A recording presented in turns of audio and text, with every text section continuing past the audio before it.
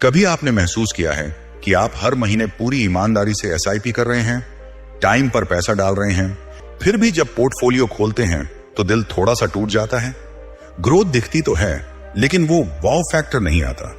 ऐसा लगता है जैसे मेहनत बहुत ज्यादा है और उसका रिजल्ट बहुत स्लो। अगर आपके मन में भी यह सवाल आता है कि क्या मैं सही कर रहा हूं, तो यकीन मानिए आप अकेले नहीं हैं। आज इस वीडियो में हम उसी सवाल का जवाब ढूंढेंगे 4 स्टेज कंपाउंडिंग के कॉन्सेप्ट के जरिए। खासकर ये समझेंगे कि एसआईपी शुरुआत में स्लो क्यों लगती है और असली मैजिक आखिर कब शुरू होता है। ज्यादातर लोग इसी पहले फेज में हार मान लेते हैं क्योंकि उन्हें लगता है कि कंपाउंडिंग काम ही नहीं कर रही। लेकिन सच्चाई यह है कि कंपाउंडिंग काम कर रही होती है, बस चुपचाप। इसी पहले फेज को मैं कहता हूं एफर्ट स्टेज। ये वो स्टेज है जहां आप लगातार पैसा डालते हैं, पेशेंस रखते हैं, लेकिन रिटर्न्स अभी शो ऑफ करने लायक नहीं होते।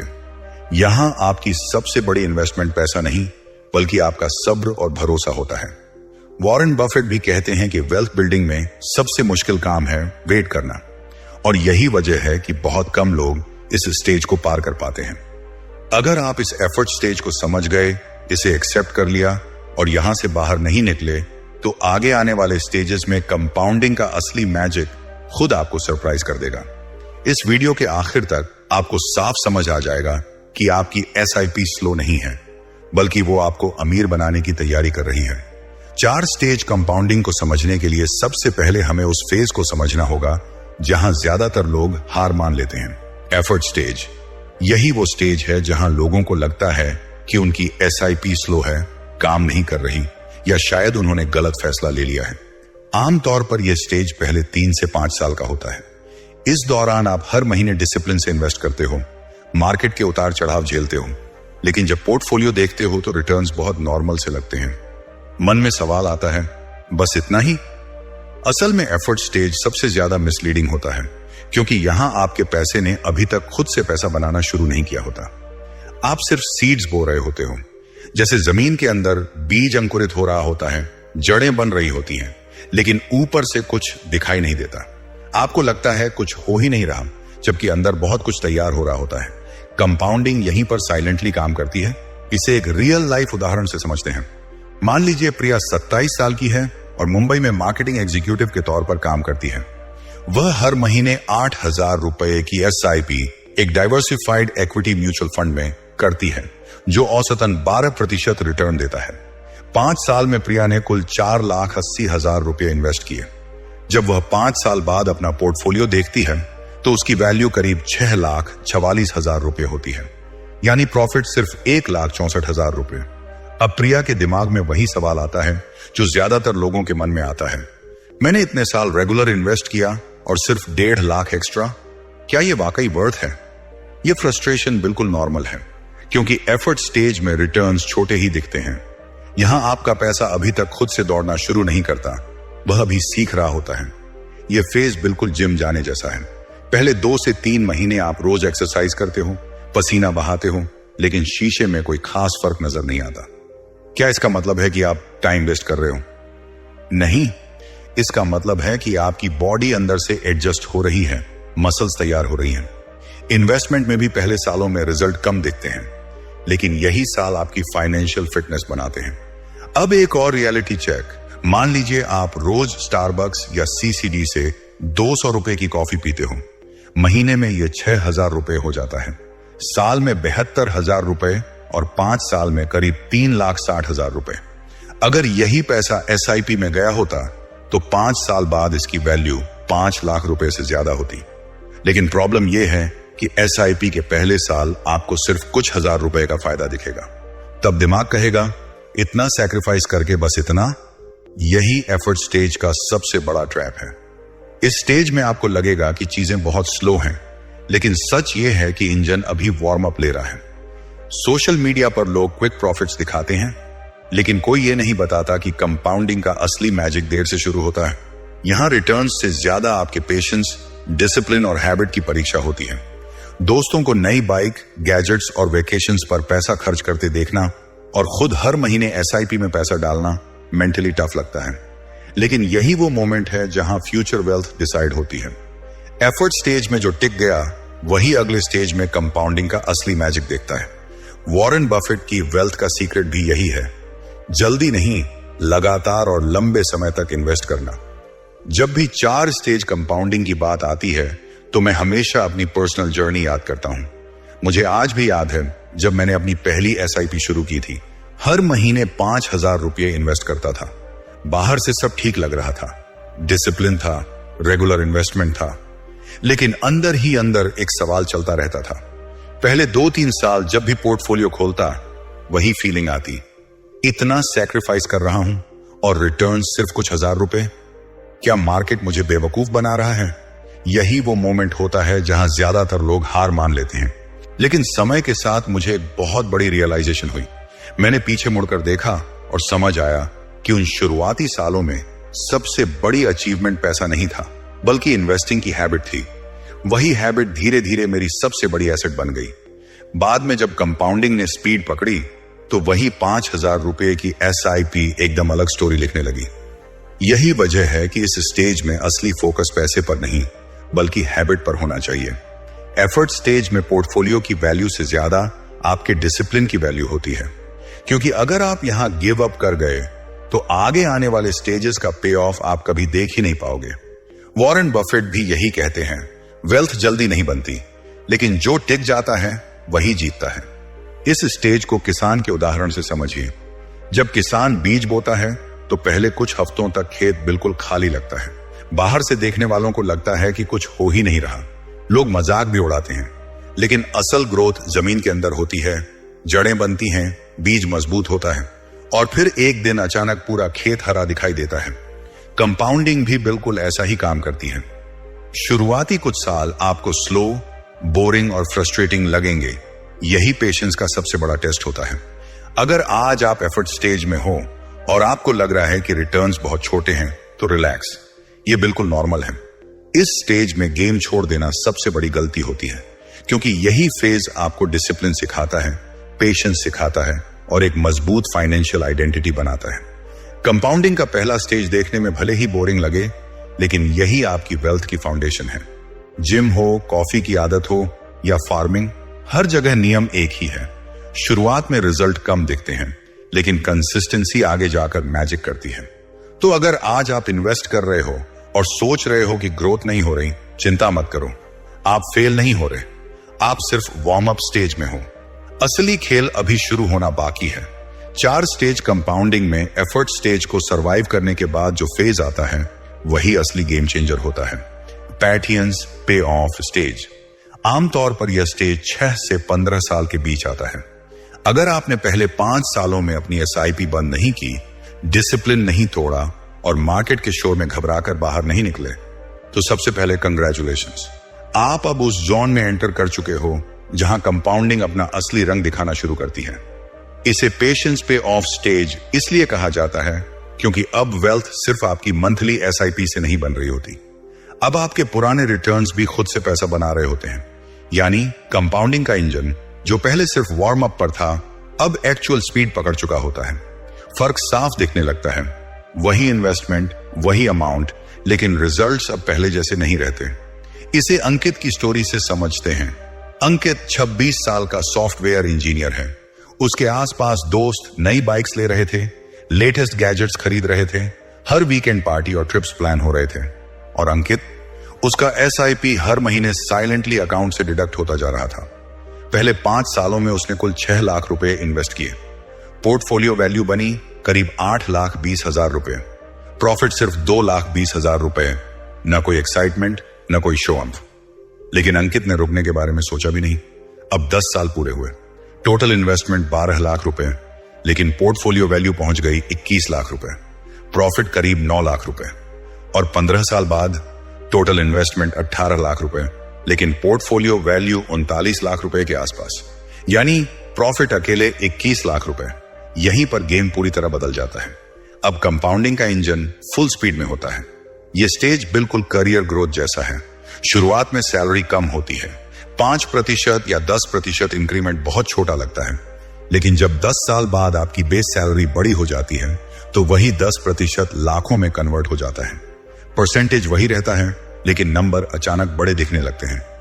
वेल्थ क्रिएशन भी बिल्कुल ऐसा ही काम करता है। पहले जिन छोटे छोटे प्रॉफिट्स को आप इग्नोर कर देते थे, वही अब इतने बड़े हो जाते हैं कि उनका इंपैक्ट साफ नजर आता है। इस स्टेज में पहली बार दिल से लगता है, हाँ, यह सिस्टम सच में काम कर रहा है। अब SIP सिर्फ पैसे डिडक्ट करने की प्रोसेस नहीं लगती, बल्कि एक फ्यूचर बिल्डिंग मशीन जैसी महसूस होती है। बंबू ट्री का उदाहरण आपने सुना ही होगा। पहले 5 साल तक वह जमीन के अंदर ही अपनी रूट्स बनाता रहता है। ऊपर से देखने पर लगता है कुछ हो ही नहीं रहा, लेकिन छठे साल से वह इतनी तेजी से ऊपर बढ़ता है कि कुछ ही हफ्तों में लगभग 60 से 70 फीट तक पहुंच जाता है। पेशेंस पे ऑफ स्टेज बिल्कुल वैसा ही है। पहले सारा काम इनविजिबल था, अब रिजल्ट्स विजिबल हो रहे हैं। मैं खुद जब इन्वेस्टिंग का 10वां साल पूरा कर पाया, तब पहली बार रियलाइज किया कि कंपाउंडिंग असल में क्या होती है। पहले 5 सालों में गेन्स छोटे लगे थे, लेकिन जैसे ही 1 दशक पूरा हुआ, पोर्टफोलियो अचानक डबल डिजिट लाखों में पहुंच गया। उसी दिन समझ आया, अगर मैंने बीच में हार मान ली होती तो यह मैजिक कभी देखने को ही नहीं मिलता। यही है पेशेंस का रिवॉर्ड। डोंट स्टॉप मिडवे, खासकर छठे से 15वें साल के बीच। यह वही फेज है जहां सिस्टम खुद स्पीड पकड़ना शुरू करता है। अब आपको कुछ करने की जरूरत नहीं होती, बस प्रोसेस पर भरोसा रखना होता है। मार्केट ऊपर नीचे जाएगा, न्यूज डराएगी, क्रैश आएंगे, लेकिन अगर आप कंसिस्टेंट रहे तो रिजल्ट आना तय है। इस स्टेज में सबसे जरूरी स्किल है ट्रस्ट द प्रोसेस। इसी टाइम पर एक और गलती होती है, कंपैरिजन। आप दूसरों को देखकर सोचते हो कि उन्होंने अभी SIP शुरू की है या ट्रेडिंग से जल्दी पैसा बना रहे हैं, लेकिन सच्चाई यह है कि जो लोग अभी स्टार्ट कर रहे हैं वो अभी भी एफर्ट स्टेज में फंसे होंगे, और आप उनसे कई स्टेप्स आगे निकल चुके होते हो, बस आपको उसका एहसास नहीं होता। इसे एक सिंपल लेकिन पावरफुल उदाहरण से समझिए। मान लीजिए कोई इंसान 10,000 रुपए महीने की EMI भर रहा है बाइक लोन पर। 10 साल में उसने बैंक को 12 लाख रुपए दे दिए, और बदले में 10 साल पुरानी बाइक जिसकी वैल्यू बहुत कम है। दूसरी तरफ अगर वही 10,000 रुपए महीना SIP में जाता तो 10 साल बाद पोर्टफोलियो लगभग 21 लाख रुपए का होता। फर्क साफ है, EMI ने पैसा खा लिया, SIP ने पैसा मल्टीप्लाई कर दिया। यही है पेशेंस पे ऑफ स्टेज का असली लाइफस्टाइल फर्क। लेकिन यही स्टेज सबसे ज्यादा टेम्पटिंग ट्रैप से भरा होता है। इनकम बढ़ती है और लोग सोचते हैं अब तो ठीक हो गया, SIP कम कर देते हैं या बंद कर देते हैं, खर्चे बढ़ा लेते हैं। इसे मैं कहता हूं लाइफस्टाइल अपग्रेड ट्रैप। फिर आता है मार्केट पैनिकिंग। 10 से 15 साल की जर्नी में 1-2 बड़े क्रैश जरूर आएंगे, यही लोग डरकर पैसा निकाल लेते हैं। और तीसरा सबसे common trap, short term thinking. 10वें या 12वें साल जब अच्छा रिटर्न दिखता है, लोग पैसा निकालकर खर्च कर देते हैं। रिजल्ट, कंपाउंडिंग का सबसे बड़ा स्टेज, वेल्थ एक्सप्लोजन, कभी देखने को ही नहीं मिलता। पेशेंस पे ऑफ स्टेज टफेस्ट नहीं है, लेकिन सबसे ज्यादा डेंजरस है, क्योंकि पहली बार आपको ग्रोथ दिख रही होती है। और यही वो समय होता है जब ओवर कॉन्फिडेंस या इम्पेशंस आपको गलत फैसले लेने पर मजबूर कर सकती है। लेकिन अगर आप बस सिंपल बने रहे तो आगे जो वेल्थ एक्सप्लोजन आने वाला है वो आपकी इमेजिनेशन से भी बड़ा होगा। याद रखिए, पेशेंस पे ऑफ स्टेज आमतौर पर 6 से 15 साल का होता है। अब सिर्फ आपकी SIP नहीं, बल्कि आपके पुराने गेन्स भी खुद से ग्रो कर रहे होते हैं।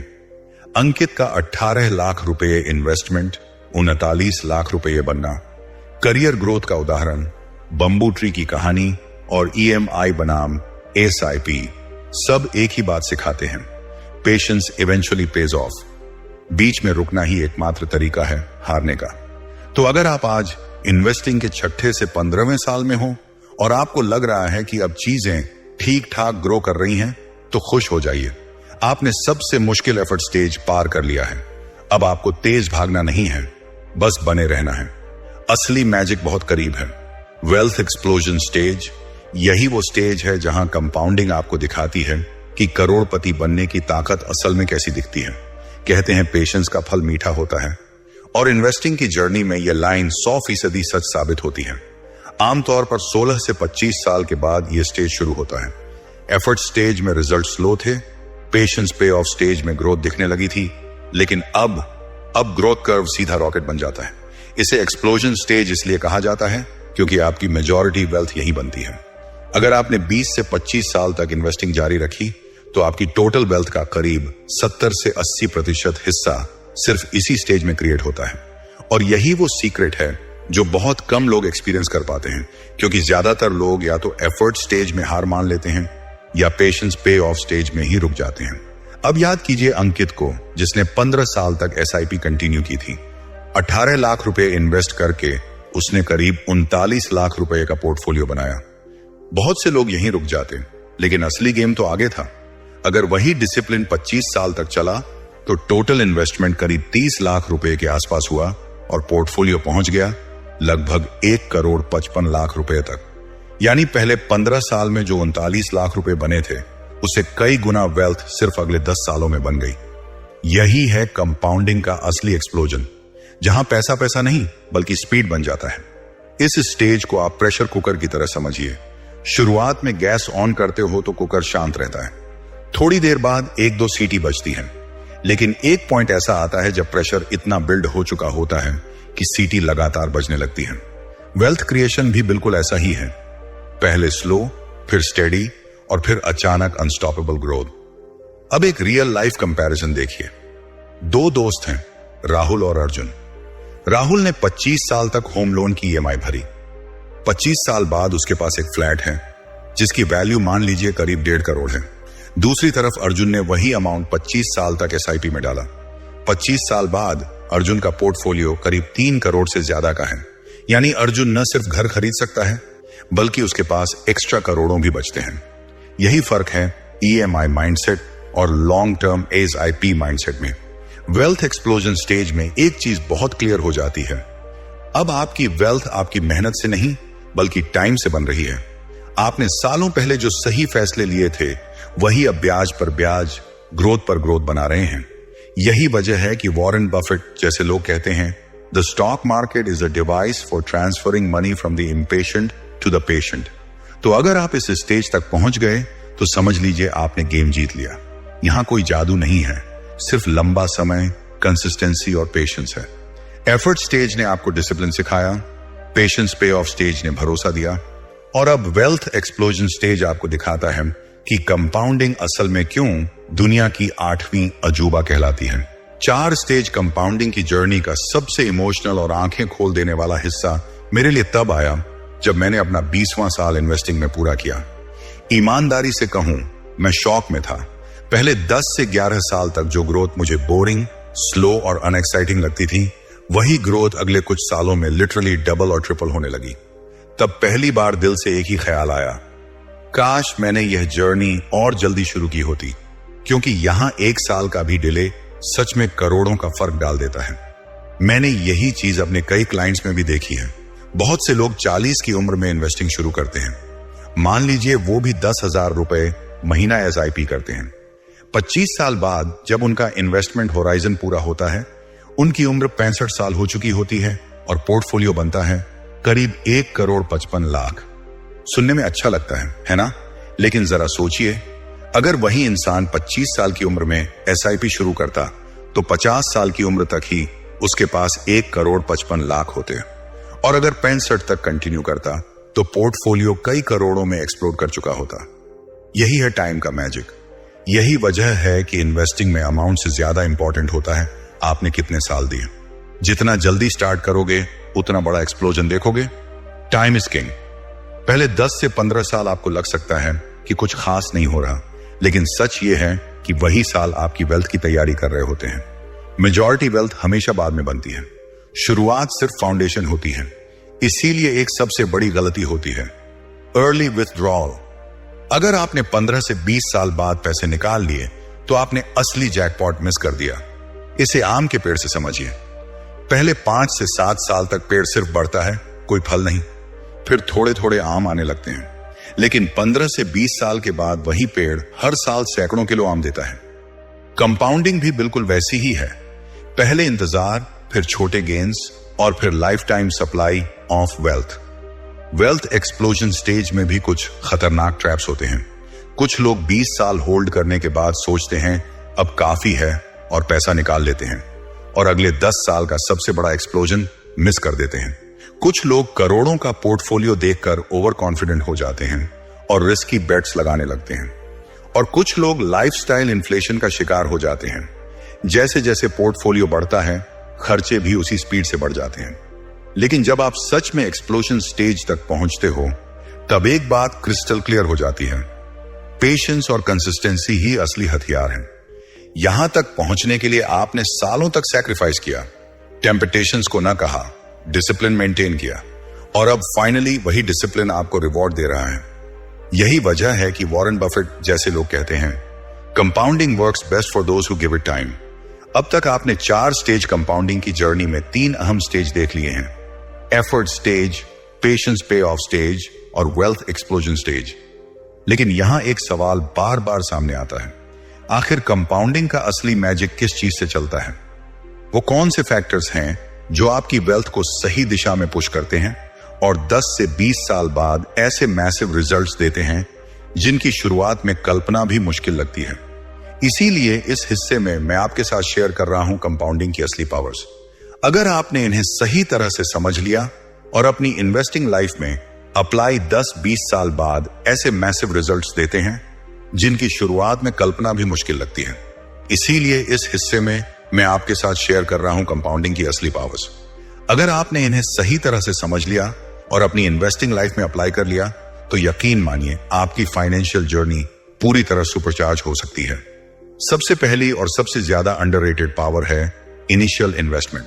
लोग अक्सर सोचते हैं कि कंपाउंडिंग सिर्फ रिटर्न्स से चलती है, लेकिन शुरुआती सालों में असली ग्रोथ रिटर्न्स से नहीं बल्कि इस बात से आती है कि आपने शुरुआत में कितना पैसा लगाया है। जितना बड़ा स्टार्ट उतना बड़ा कंपाउंडिंग का इंजन। इसे एक उदाहरण से समझते हैं। रोहन 25 साल का इंजीनियर है और पुणे में काम करता है। उसने 1 लाख रुपए एक म्यूचुअल फंड में इन्वेस्ट किया जो औसतन 12% सालाना रिटर्न देता है। 20 साल बाद वही 1 लाख रुपए करीब 90 लाख से ऊपर हो जाता है। अब सोचिए, अगर उसने शुरुआत में 1 लाख रुपए एक म्यूचुअल फंड में इन्वेस्ट किया होता तो 20 साल बाद वही 1 लाख रुपए करीब 90 लाख से ऊपर हो जाता है। 2 लाख रुपए लगाए होते तो फाइनल अमाउंट लगभग 1 करोड़ 92 लाख रुपए होता है। यानी सिर्फ इनिशियल इन्वेस्टमेंट डबल करने से फाइनल वेल्थ लगभग 1 करोड़ ज्यादा बन गई। यही है शुरुआती पूंजी की असली ताकत। यह बिल्कुल बाइक स्टार्ट करने जैसा है। बाइक को चलाने के लिए किक या सेल्फ स्टार्ट चाहिए। बिना शुरुआती एनर्जी के वह आगे नहीं बढ़ती। उसी तरह कंपाउंडिंग को भी एक मजबूत शुरुआती पुश चाहिए। जितनी स्ट्रॉन्ग शुरुआत उतनी तेज ग्रोथ की रफ्तार। दूसरी बड़ी पावर है रेट ऑफ रिटर्न। यह सुनने में भले ही बहुत ऑब्वियस लगे, लेकिन इसका असर आपको सच में हैरान कर सकता है। मान लीजिए प्रिया और करण दोनों ने 5 लाख रुपए 20 साल के लिए इन्वेस्ट किए। 20 साल के लिए ने सेफ डेट फंड चुना जो 8% रिटर्न देता है, जबकि करण ने इक्विटी फंड चुना जो 12% रिटर्न देता है। 20 साल बाद प्रिया का 5 लाख रुपये करीब 23 लाख रुपए बनता है, जबकि करण का वही 5 लाख रुपये लगभग 48 लाख रुपये हो जाता है। सिर्फ 4% का फर्क और वेल्थ लगभग डबल। ये बिल्कुल वैसा है जैसे 2 लोग दिल्ली से मुंबई ड्राइव कर रहे हैं। एक 80 किलोमीटर प्रति घंटा की रफ्तार से ड्राइव कर रहा है, जबकि दूसरा 100 किलोमीटर प्रति घंटा की रफ्तार से ड्राइव कर रहा है। किलोमीटर प्रति घंटे की स्पीड से चलता है और दूसरा 120 की स्पीड से। डेस्टिनेशन दोनों का एक ही है, लेकिन ज्यादा स्पीड वाला इंसान बहुत पहले पहुंच जाता है। इन्वेस्टिंग में यही स्पीड रेट ऑफ रिटर्न होती है। यही वजह है कि कंपाउंडिंग कोई जादू नहीं है, बल्कि सही शुरुआत, सही स्पीड और लंबे समय तक टिके रहने का नतीजा है। 4 स्टेज कंपाउंडिंग हमें यह सिखाता है कि कंपाउंडिंग सिर्फ अमाउंट और रेट ऑफ रिटर्न पर ही डिपेंड नहीं करती, बल्कि इस बात पर भी करती है कि आपके रिटर्न्स कितनी बार ऐड हो रहे हैं। इसे ही कहते हैं फ्रीक्वेंसी ऑफ कंपाउंडिंग। मान लीजिए अर्थू ने 1 लाख रुपए इन्वेस्ट किया और उसे 10% रिटर्न मिला। अगर यह रिटर्न साल में एक बार यानी वार्षिक कंपाउंडिंग से जुड़ता है तो 20 साल बाद अमाउंट करीब 6,70,000 रुपए के आसपास बनता है। लेकिन अगर वही 10% रिटर्न मंथली कंपाउंडिंग के साथ जुड़ता है तो 20 साल बाद अमाउंट करीब 7,83,000 रुपए हो जाता है।